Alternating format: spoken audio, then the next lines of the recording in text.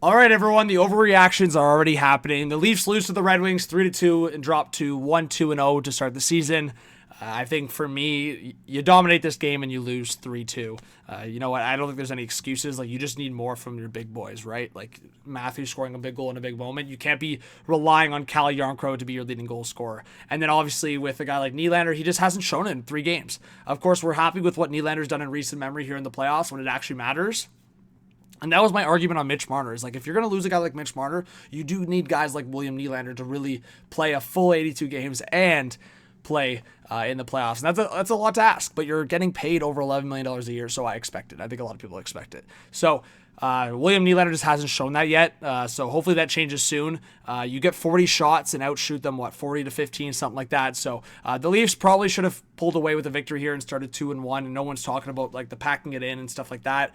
But yeah, like the storyline is pretty funny, right? Like the shots, Cam Talbot stood on his head, and I do think the Leafs need to add a top 6 forward ASAP, or just figure it out. Whether it's Max Domi playing consistent in the top 6, and that's kind of your internal addition, because we haven't seen Domi with Matthews and Nyes yet, really, consistently. I think there was a couple shifts that I liked, but obviously with the injury to Lawton, that really screwed things up to start the year for the Leafs. But there's no excuses, because I just talked about the Sabres. Like, you're talking about different teams.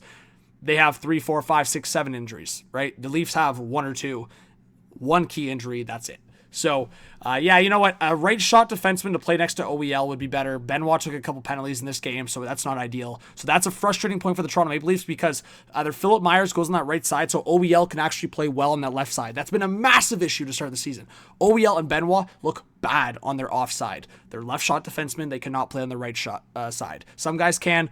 Those guys can't. And, I mean, I guess they can. It's just not efficient. It's hasn't looked good. OEL looks a lot better on his left side. So the one thing, go after a right shot defense, or Philip Myers is the solution there. And I think a top 6 forward upgrade. I have nothing bad to say against Easton Cowan, but as I've already said to you guys, my opinion, I think he should play top line minutes with the Toronto Marlies and have a huge confidence boost type of year and learn what it means to play meaningful minutes in pro hockey and actually build that confidence, because you're playing against lesser competition.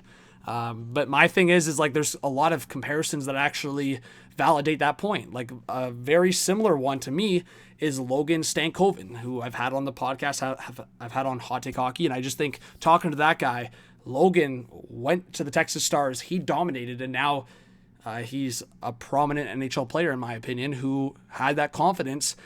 He wasn't a high first round pick or anything, right? He was a second round pick. I think for Easton Cowan, he was a late first round pick, a little undersized in comparison to other guys drafted in that area. I think it just makes sense to give him that confidence boost to play with the Marlies. Now it's a tough situation. He just got some taste with Matthews and Nyes playing on that top line, and he actually looked decent at times. So I have nothing to say like bad against Easton Cowan, but to me, you want legit guys in your top 6 that are experienced, that can score big goals. Like, you're a playoff team that wants to win now.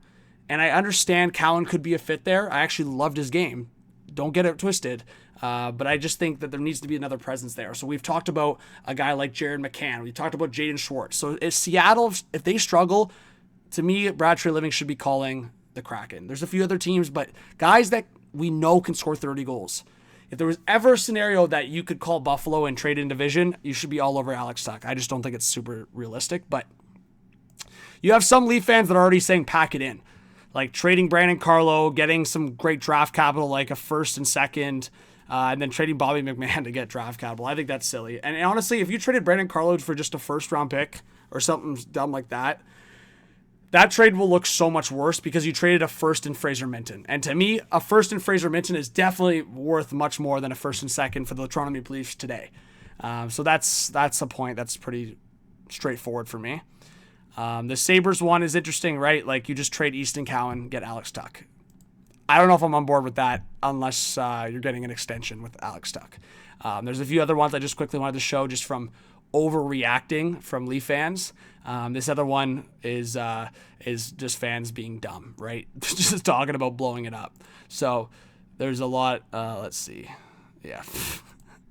Fans of Toronto sometimes can't be the most rational, right? But Martin Necas from Colorado, I mean, he's had a crazy great start to start the year.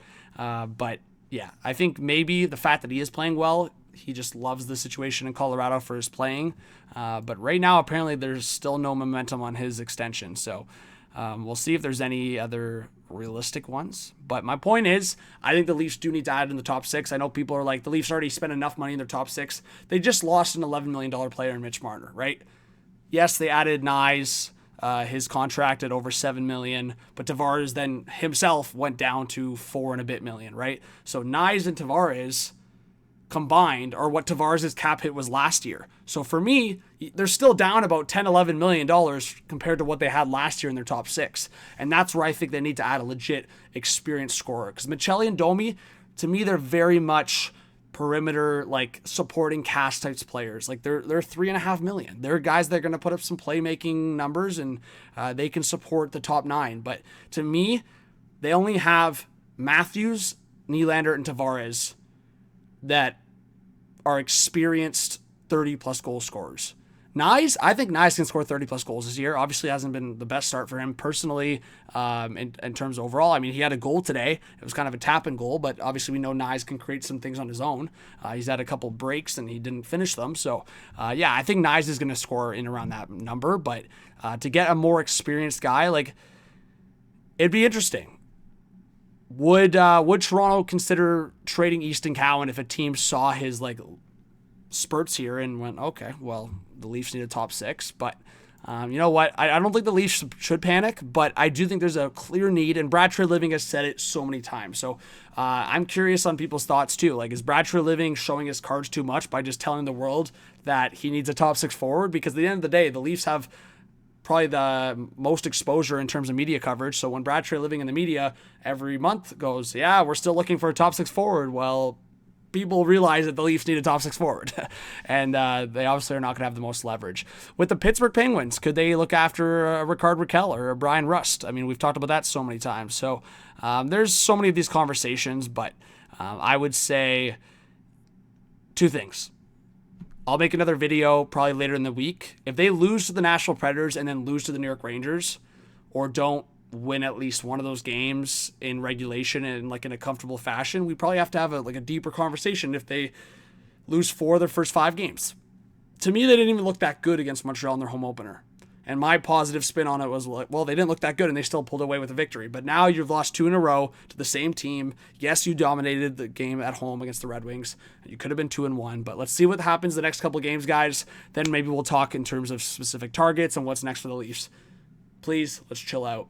Anyways, thank you so much, guys, for watching.